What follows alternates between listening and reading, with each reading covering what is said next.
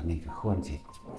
ส่งเสริมสนับสนุนผู้เขาเสียสละหมู่เหล่าทหารหารทั้งหลายผู้ใดมีอีหยังสิแบ่งปันกันไปโดยลำพังตัวเองบ่ได้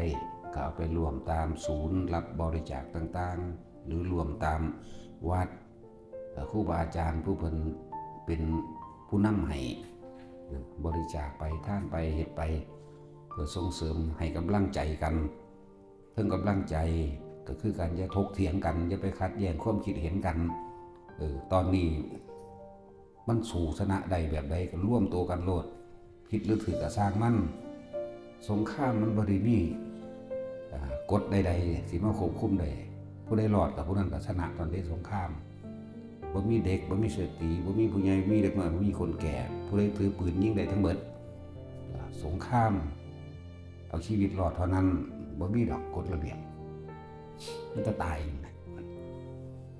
สงครามเป็นจังซั่นแต่ว่าตอนนี้เฮาร่วมพลังใจมีแนวความคิดเห็นไปเดียวกันปกป้องซึ่งกันและกันแล้วก็ร่วมพลังกายหมายถึงอาหารยารักษาโรคนมหงตลอดทั้งเครื่องอำนวยความสะดวกที่อยู่อาศัยต่างๆซอยกันสะก่อนตัวเมื่อมันเป็นปกติอยู่ดีกินดีได้แล้วทหารเขาก็เป็นรั้ว